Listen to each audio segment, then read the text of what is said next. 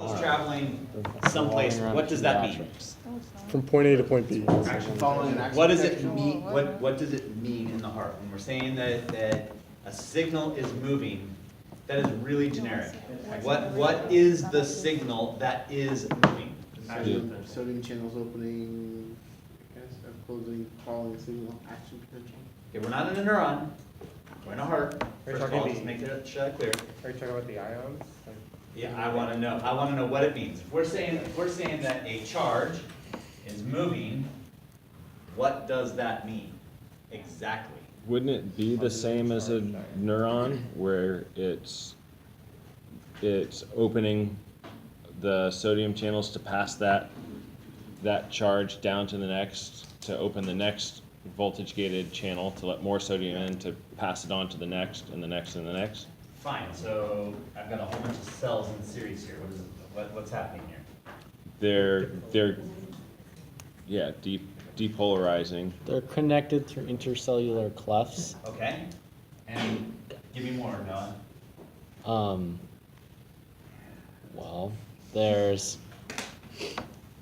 sodium, and it's going depolarizing through the cell, going to the next cell. Okay, so first of all, what kind of cell are we talking about right now? Conduction? Which of the two types of heart cells are we talking about right now? Autoarrhythmic. So there's L-type calcium cells, which are going to. No, there's the funny ones, and so they're gonna slowly go towards depolarization, which is going to So it's then. going to depolarize the cell. Yeah. What is going to depolarize the cell? The calcium. The L-type calcium channels is gonna just barely trigger the sodium, and then the sodium's gonna go. Calcium is going to depolarize the cell, and when I say calcium, I'm talking about hundreds and hundreds and hundreds of calcium channels are flooding the cell with calcium. What's happening to the calcium? It's flooding it, causing it to become More positive. Yes, but The you calcium. guys often like to answer questions that I didn't ask. So my question to you was, Okay. what is happening to the calcium? It's coming into the cell. It's in the cell. What's happening to it? It's getting pushed down its concentration gradient through the gap junction into the next. Yes, calcium is moving that direction. And yes, it is also moving out with our pumps, but that calcium that floods, the whole point of these gap junctions is that calcium is now in abundance in this cell compared to this cell. So not only do we have a concentration gradient this direction from out of the cell to in the cell, but we also have a concentration gradient from inside this cell to inside that cell. Does that make sense? Yes. So when we say a charge is moving, we are literally saying ions are moving from one state to the next and taking with it its positive charge in this direction. Because this cell is the cell membrane, it's negative right now, yes? But then it becomes positive as calcium comes in. And this one is negative, but it becomes positive as calcium comes in. So as that happens, if we're measuring the electricity here, we see a charge moving, and that charge is the movement of that calcium in the autoarrhythmic cells. Now when this calcium comes in here, what's going to happen? It triggers sodium. It's going to trigger what? More calcium. Voltage More gated. calcium. Because what kind of cell is this? Autoarrhythmic. Autoarrhythmic. We haven't started to discuss contractile cells. Don't confuse my previous drawing, which was an autoarrhythmic cell, to a contractile cell the last time we talked. Right now we're talking about an autoarrhythmic cell to an autoarrhythmic cell. Yeah. And the only thing that autoarrhythmic cells depolarize off of is IF channels and what? L-type calcium channels. Yes? And all we're talking about is autoarrhythmic cells right now. So autoarrhythmic cell, this calcium comes in, that triggers more calcium to come in, which fully depolarizes that cell, which causes calcium to travel to this cell, which then depolarizes the first part of it that causes those L-type channels to open and bring in more calcium into this cell, and so on and so forth down this autoarrhythmic chain. What does L-type mean? L-type is just a subcategory of calcium. It doesn't have a value that you have to remember. Yes? But to confirm, these are calcium binding calcium channels that open, or are they voltage gated? Voltage. Voltage These gated. are voltage channels. Voltage. And it changed the voltage of this channel here because this calcium changed the voltage of it. I could throw magnesium in there and it would cause that channel to open.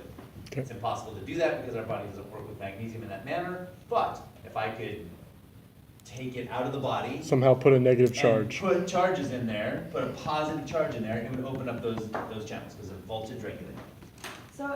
So basically like the difference from the way we know it is instead of thinking of like the the transmitter, whatever it is that's attaching from the outside, it's coming from the inside. Yes. And it's attaching to the receptor and then it's opening it from the inside. There is no So more- receptor here.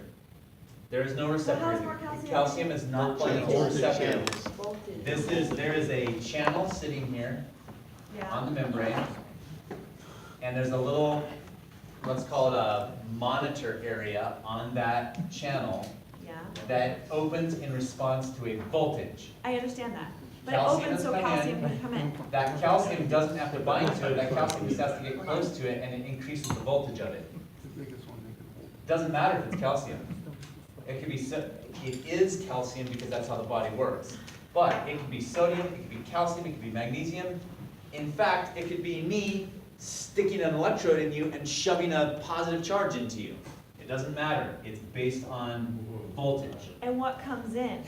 And then it More- happens to also be a calcium channel, So it's shaped only for calcium, so basically. more calcium will come in. But that's the channel itself that is mainly calcium that comes through it. So those are like ding, ding, ding, ding, ding, ding, ding, Yes. A chain reaction. Very From the similar to what you studied related to a neuron, to a Yeah. motor neuron, but instead of going outside it. from channel to channel down an axon, we're going from cell to cell down the heart. So they don't have, they don't have Same axons. concept. What's that? They don't have axons. They're just They do cells. not have axons, they're Okay. just cells. That's the difference. We are independent cells, but it acts as a unit as if it's an axon. Okay. How does it know when it has a Ask it. So do they all open at the same time in that one cell? Because of the chart, because of the amount of calcium in the cell, so they're not gonna be moving along the same cell. I understand that they move through the gap junctions. Correct. From cell to cell, but all of those voltage gated calcium They channels will open. move along that cell as well, so They do. let's do the cell membrane here. So it's not like T-tubules where they're all, If this were a cell membrane, it's just like a T-tubule. okay. If it's a cell membrane, right, this calcium comes in and springs these first channels, which More then calcium. bring in more calcium to spring this one, to spring that one, to spring that one, to spring that one.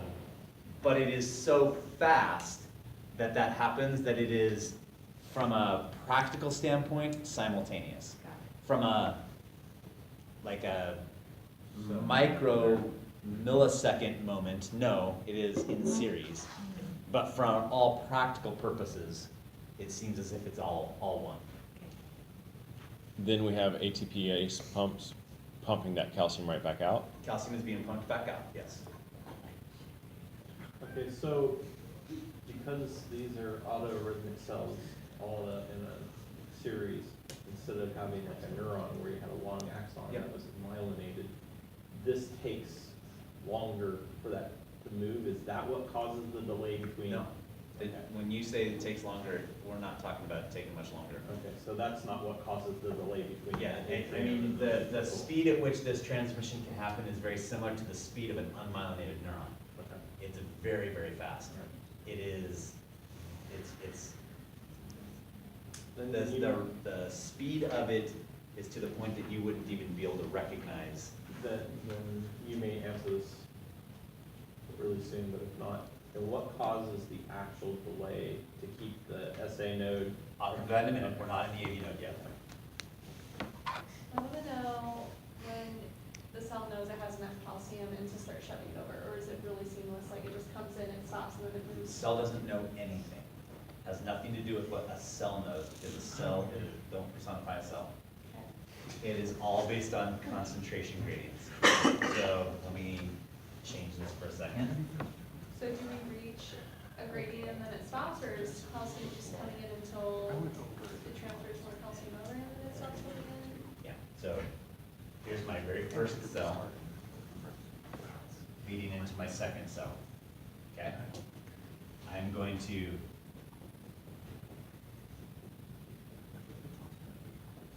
open hundreds of these channels. So the IF channels are drifting us towards threshold by bringing in sodium. At some point in time, there is enough sodium ions in here, which of course are being pumped out again, but we get a concentration of them that's enough to start springing all these calcium channels. If this calcium comes in, that's not enough to be recognized over there. It's not enough to show a concentration gradient. But if I'm getting calcium from all these areas, which I am, flooding in, now I'm flooding the cell with all kinds of calcium. As I start to flood with this calcium, I can't draw three-dimensional, so this is around the membrane, okay? The membrane it's three-dimensional, so think of that.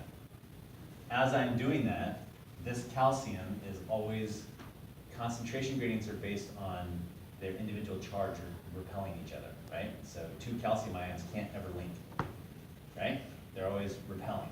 So this calcium is starting to shove itself away from all its individual calcium ions. And as it does that, it is traveling towards a place where there isn't calcium. The only place in this cell where there isn't calcium is next to the membrane, where it's trying to get out. But it can't get out of the membrane. Calcium can't travel through our plasma membrane, our lipid bilayer, yes? Ions can't travel through that. If ions can't travel through the membrane, then they're just trying to get themselves out, but hey, there is a place where they can get themselves out. So they start to flood through this area because they're going to a place where there isn't calcium. But as soon as that calcium gets in here, a few calcium ions, we have more calcium gates that are sprung, voltage-wise. Calcium comes in, and it springs all of these calcium channels within that cell. Now we've got calcium like crazy in here, all this calcium in here.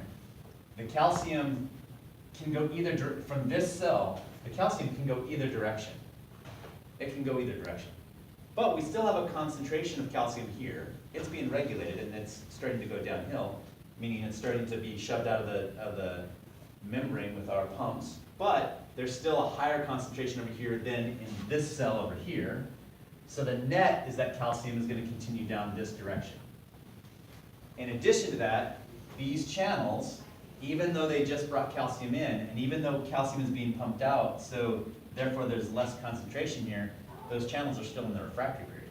So even if some of this calcium floats this way, as well as that way, the calcium over here is not going to do anything. It's just going to continue to get pumped out because of the refractory period. So therefore, the only way that we can get a reaction is that direction. Does that make sense? Yeah. Good? Why? So in that far cell, the sodium's coming in. Yes? But isn't the sodium also coming Yes. in the cell that's farthest to the right? Yes. So why is that cell going first and making it travel that way versus that cell going Excellent. first and making it go that way? Excellent question, and you're at the very crux of the point. That's an excellent question. Nice job. So, of these autorhythmic cells, the things that you're reading in your book, for example, is that we have SA node. If the SA node is firing, then the heart rate would be somewhere between 90 and 100.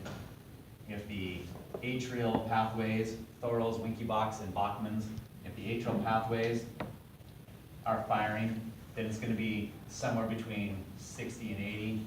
If the AV node fires, and bundle this together, we'll call that the junction for right now. If the junction fires,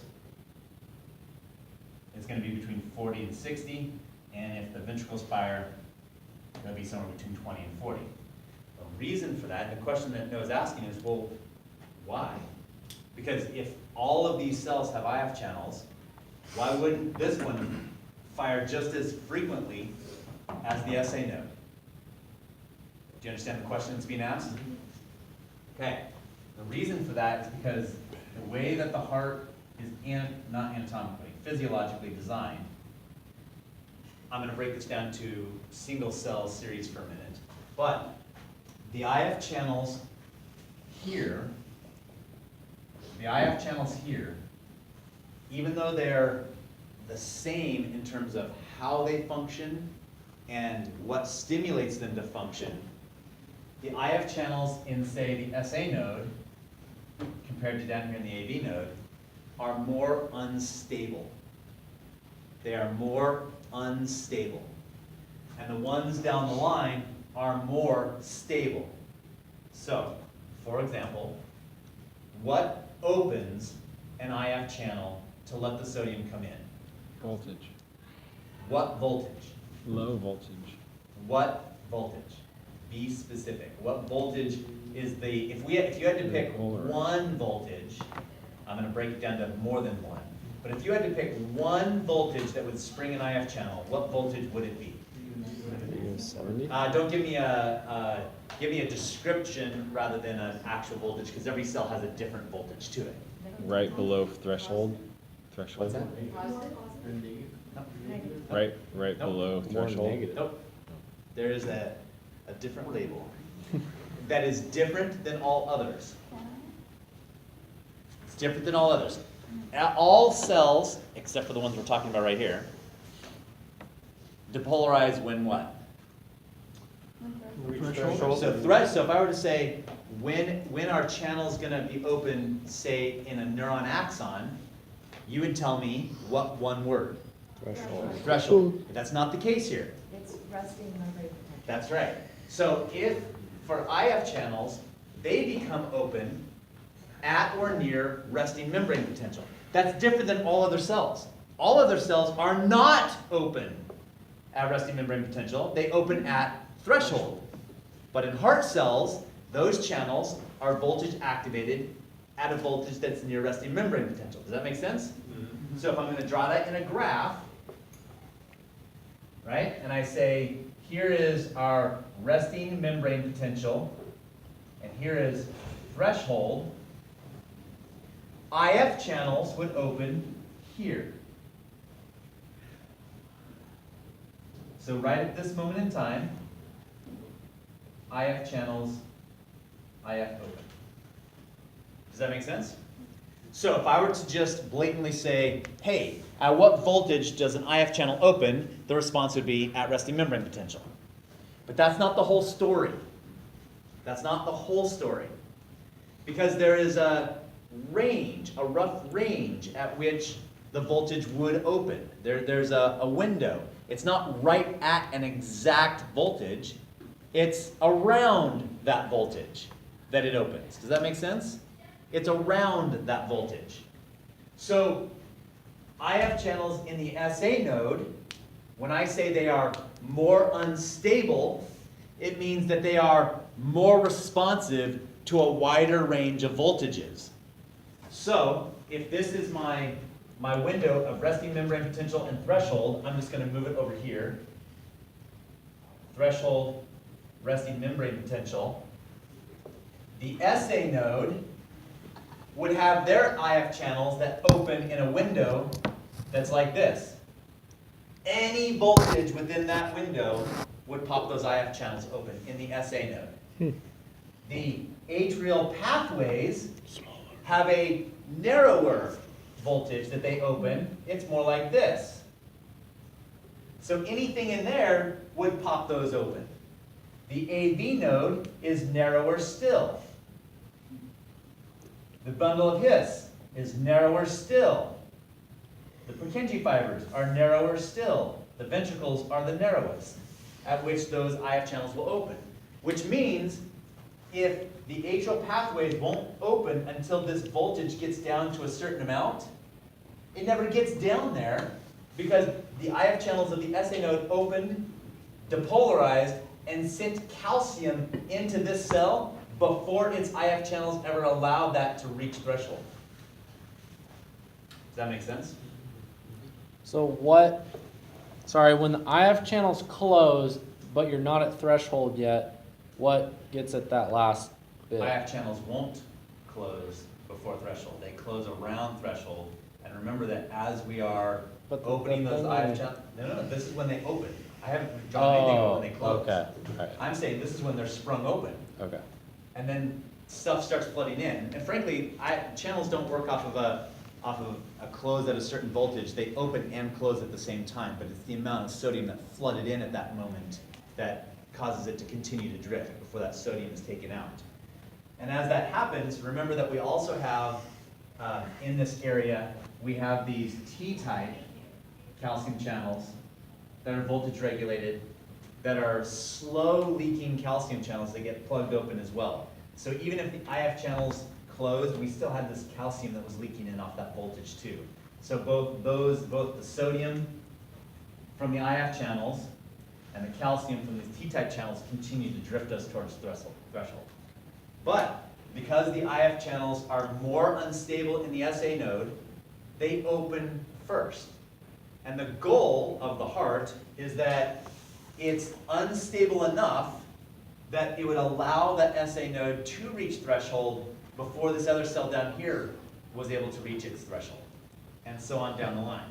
But if the SA node was wiped out, the goal would be that now the atrial pathways would take over, not something down there, so that we still have a uniform travel of electricity, hopefully.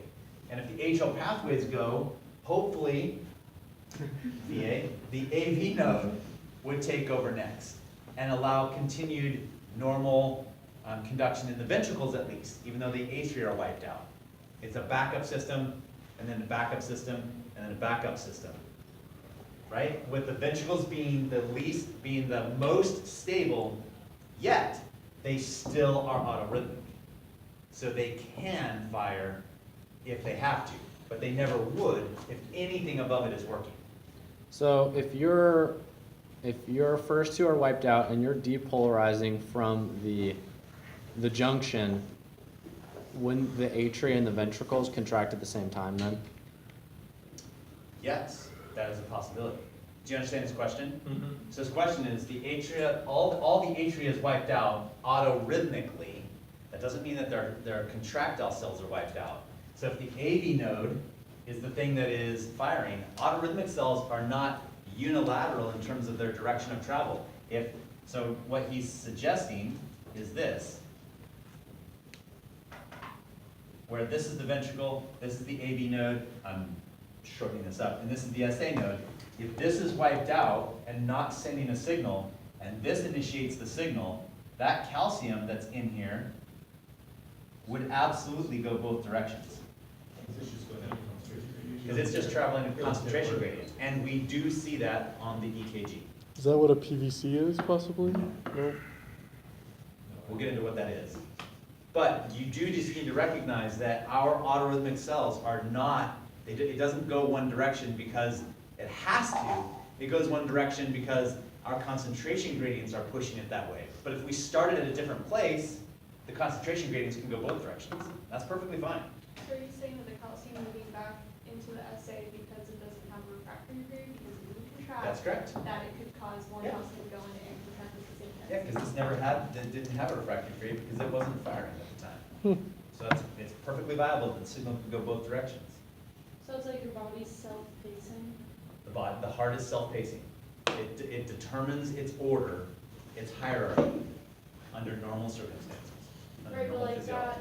that, like the SA node's kicked off, your AV node is basically restarting your SA node.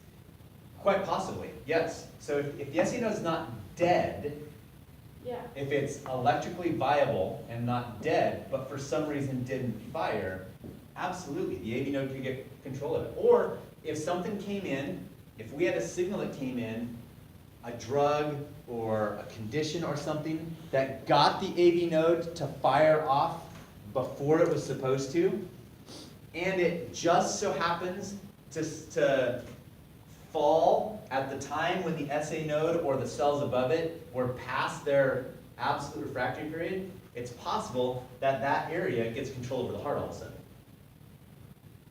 which stems a whole bunch of EKGs that you're going to see.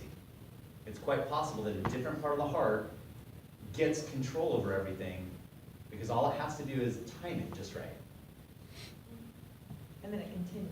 And then it might continue. And it's the king. And then it becomes the king, yes.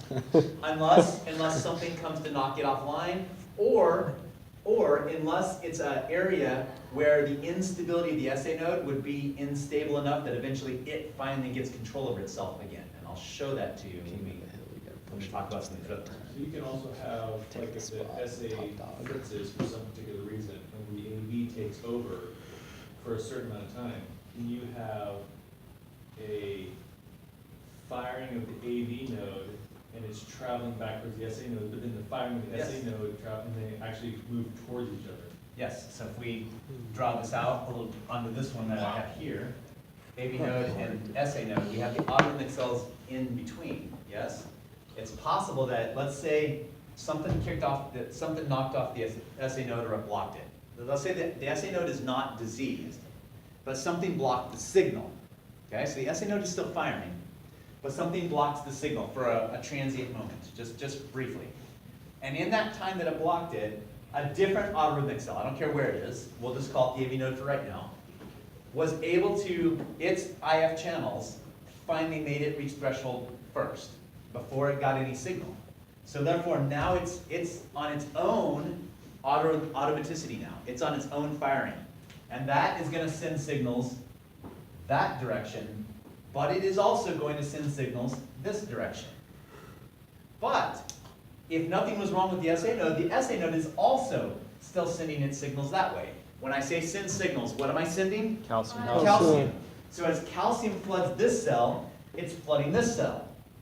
And as it floods this cell, it's flooding this cell, because we're going this direction and this direction, yes? Correct. But this cell's calcium doesn't flood back for all the reasons we just discussed, and it can't flood forward because the concentrations in both those cells are already set, yes? And the channels are all in their absolute refractory period. So therefore, this cell can no longer influence this cell, and this cell can no longer influence this cell. So for all intents and purposes, our signal dies right there. But what's attached to autorhythmic cells? Contractile. So this cell's this is now They're causing contracting at contractile each cells other. to go along the way. So as this signal is traveling this way, it's also traveling that way and that way. Because our gap junctions hook autorhythmic cells together, but they also hook our autorhythmic cells to the contractile cells. Which then it could cause like JVD or something. So now what we have is we have all of these cells contracting off of that signal, and all of these cells contracting off of that signal, and now we have two separate heartbeats going on at the same time. And you'll see that on EKG as well. Oh my word. What does that sound like? Love, dub, dub, dub, love? What do you hear when you hear Vowels. sounds? Vowels. Vowels. So you don't hear any of this, you just see it. Ta-dum. So, yesterday we had talked, or whatever day it was, we had talked about the effects of epinephrine plugging into beta receptors and acetylcholine plugging into muscarinic receptors, and they widen or narrow the window for the IF channels. Correct. Does that widening and narrowing of the IF channels only occur on the SA node, or No. does it then occur all the way down No. to the rest All of the it? way down. Hey! Bunch of you just had a PAC that affected one part of your heart and where its IF channels fired and not the SA node. And you'll see that on EKG. I'm cold and I get that clear. without that stimulus. Right? Mark, put language in the Makes sense? Is the SA It's just- node more affected by that stuff because of the wider window? Not necessarily. It has a higher potential to do something because it's already at a limit, right? But like the sympathetic system is going to universally affect all of those autonomic cells. So if this is normal SA, normal atrial, normal AV, and on down the line, and we plug it with, what's it called? Epi, then we would get this. All of them would become more responsive, but proportionally, yes? And if we plugged it with acetylcholine, we would get this. that make sense? It'd be more narrow. But it is possible that we get, I don't know the color. Red. I'll do a different box. It is There's possible red. that when we pilot with a drug like epinephrine, because now we're just talking about economics, where does it actually go in the body? It's possible that that bolus of blood with that hormone in it gets to a portion of the heart, and it happens to hit the atrial pathways before it hits the SA node. And so we might have a transient moment where the atrial pathways are here. More than the SA node. And they get control over it. And now we have a tachycardia that's based on an atrial rhythm rather than a sinus rhythm for a period of time. Because it got control first. How does it give back control? How's the SA node? Those cells would have to stop whatever caused them to get that control in the first place. For example, epinephrine would have to hit its half-life, and everything would start to go back to where it was before, right? And even then, it just kind of depends on that window, but that would be the thing that would stop it. Or we would have to stop it. So for example, if you had someone that had a tachycardia of some sort, and they're becoming more and more unstable, we would shock them out of it. Pace them. We wouldn't pace them. We would shock them out of it in the hopes that the SA node would have its day again, and everything To be else would king. not. To be king. King of the hill. So when we use a defibrillator, are we sending electricity through the heart in hopes of opening voltage-gated channels? Yes, we are trying to depolarize everything. Make everything get into its refractory period in the hopes that Oh, the the higher SA order nodes. SA nodes or higher order pacemakers will come back first and get control Because- over everything. Because they have that wider window Yes. with the IF channels. Got it. Correct. So when we send electricity through, we're just trying to stop everything. Does the same thing when we pop them with adenosine. Okay, adenosine is a depolarized agent as well. It stops everything, especially in the AV node. Does this make sense? Are we good here? Okay, Yeah. so going back to how, sympathetic widens the window Yes. for the IF channel, could you like draw that in a cell? So like epi hits the cell, how does it Yeah. it makes it less sensitive, No, more More sensitive. So, more sensitive, if this is my cell, yeah. and here is my IF channel, right? That IF channel works off of charges. It opens off of charges, yes? Yeah, Okay. In addition to working off the charge, it also has a receptor on it. I thought it had the receptor on the inside. How is the epi on the inside? That's I an know. epi receptor, not the voltage This receptor. is a chemoreceptor. That is a chemoreceptor, Does it have multiple not a voltage receptors? receptor. Does it have So when we're multiple talking- receptors on it? Ask your question When we again. were talking about calcium activating it from the IF, it's the same channel, right? They're Yes, same channel. IF channels, Yes. They're not singular. We have many, many receptors on these channels. yes. So absolutely, we have voltage, let's change it from a receptor for just a minute. We have voltage meters all over these channels. They are here Yeah, and here. If I get a charge next to it here, it will open. If I get a charge next to it here, it will open. The channel, if a charge comes near that channel, it will open. Because they are receptors, but I don't want to confuse you with it. If we have a door, so our doors open off of our cards, yes? If we get our card close to the door, it'll unlock the door. yeah, But if I don't have my card, I also have a key. yeah, Or I can get a hammer and a screwdriver, yeah. and I can take the hinges off. So there are multiple ways of this channel being affected. One of the ways is voltage. Another way is through a chemoreceptor. So if I have epi, this is epi right here, in my blood as a hormone, yes? And through our hydrostatic pressures and osmotic pressures, we have it leak out into the extracellular space. And as it gets into abundance there in the extracellular space, it will, through probability, through economics, eventually get close to this receptor. And when it does, there's an attraction there. So my epi plugs I into believe that. the word is affinity. Has an affinity, yep.